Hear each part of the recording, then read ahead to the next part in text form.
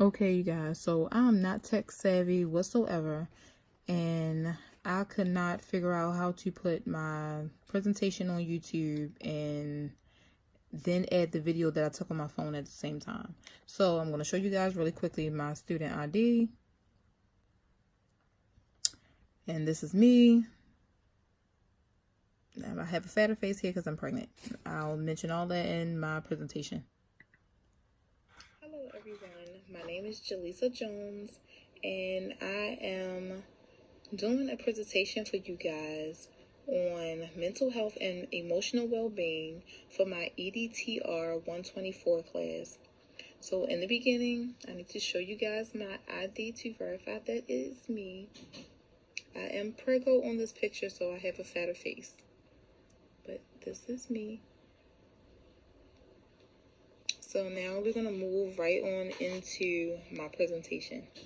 Hope you all enjoy.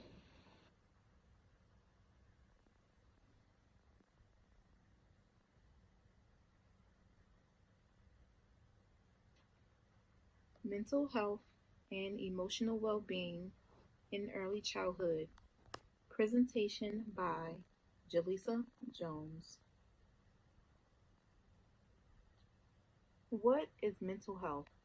Mental health refers to our behavioral, cognitive, and emotional well-being. In other words, it is how we behave, think, and feel. According to the World Health Organization, mental health is a state of well-being in which the individual realizes his or her own abilities, can cope with the normal stresses of life, and can work productively and fruitfully, and is able to contribute to his or her community.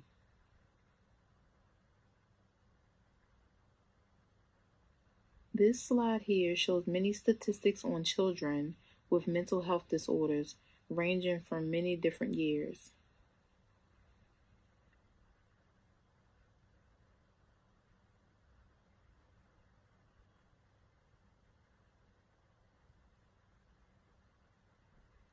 Common disorders in children are attention deficit hyperactivity disorder, also known as ADHD, anxiety and depression, bipolar disorder, and post-traumatic stress disorder, also known as PTSD. There are also other common disorders in mental health in children, but I just decided to go with these four. Attention deficit hyperactivity disorder, also known as ADHD. Children with ADHD usually have trouble focusing, may act out without thinking, which is also impulsive behavior, and are overly active.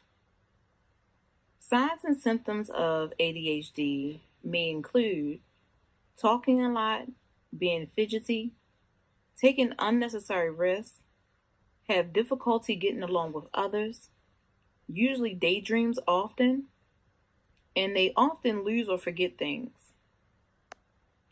Causes of ADHD are injury to the brain, premature birth, smoking and drinking during pregnancy, and exposure to lead while young or during pregnancy. Diagnosis usually consists of several tests that would need to be done in order to decide if one may have ADHD.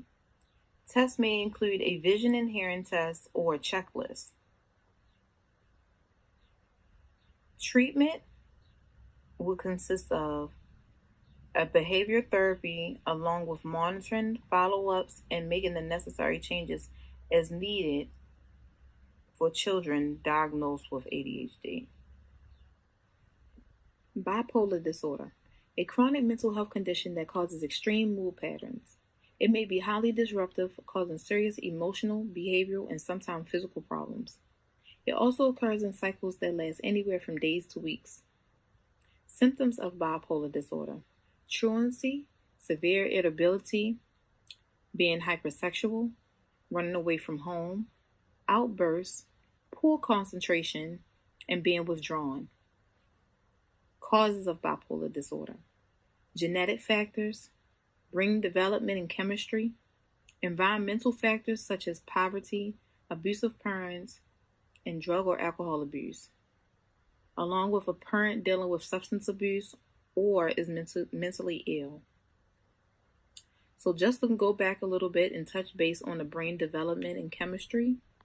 So the brain has neurotransmitters, which is a special chemical that carries messages back and forth, controlling the brain's activity, including its emotions. It is said that the chemical imbalances between the neurotransmitters serotonin, norepinephrine, and dopamine is involved in the case of bipolar disorder. Diagnosis of bipolar disorder is difficult, especially in young children, as the symptoms are very much similar to other mental health disorders. Early detection is key, and if there are more than one issue, they may be treated or controlled with medication. Treatment for bipolar disorder with early detection can be controlled so that a child is able to live normally.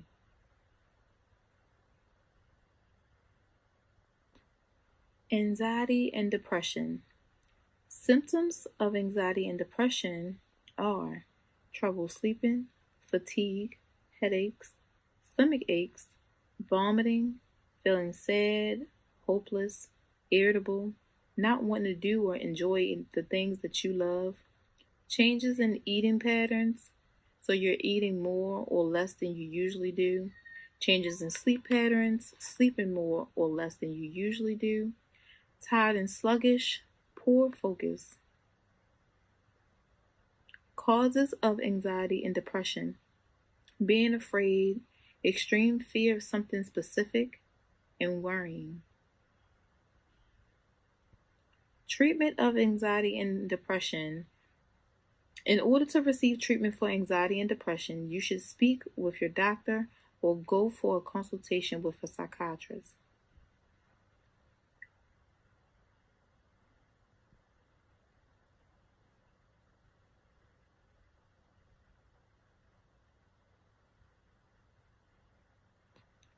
Post-traumatic stress disorder, also known as PTSD for short. Signs and symptoms includes reliving an event repeatedly, avoiding places or people associated with the event that occurred, nightmares. You can be easily upset when triggered by memories of the event, lack of positive emotions, easily startled, intense ongoing fear or sadness, irritability and outbursts, helpless, hopeless, or withdrawn, denying that the event even occurred. Examples of these causes for post-traumatic stress disorder is sexual, physical, or emotional maltreatment, serious illness or death of a close family member or friend, a severe car accident, natural disasters, being a victim or witness to violence or a crime. Treatment and diagnosis. Most must consist of someone highly skilled in the field to speak with a child dealing with PTSD. You may first want to have an evaluation done. Psychotherapy, behavioral therapy, and medication may help decrease symptoms of PTSD.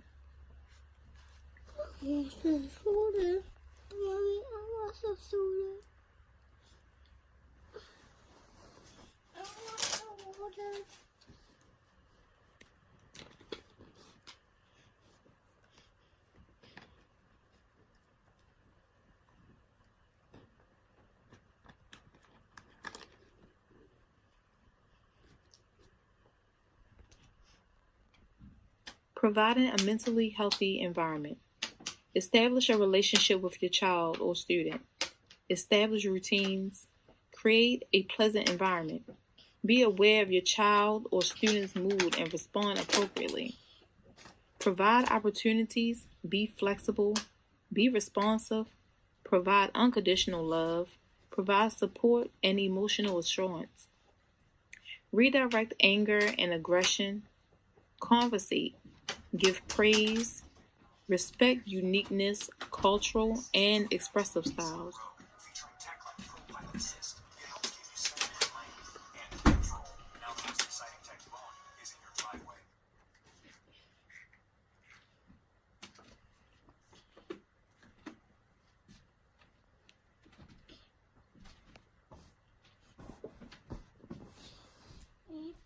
still doing homework. Don't let me leave you down. Yes, sir.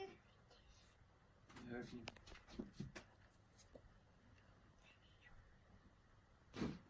Is someone in a crisis? Don't leave them alone. Call a doctor. Call 911. Go to the emergency room.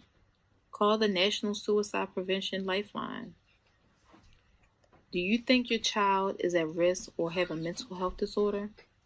Call your child's doctor. Have him or her evaluated. Talk to the school and establish an IEP meeting.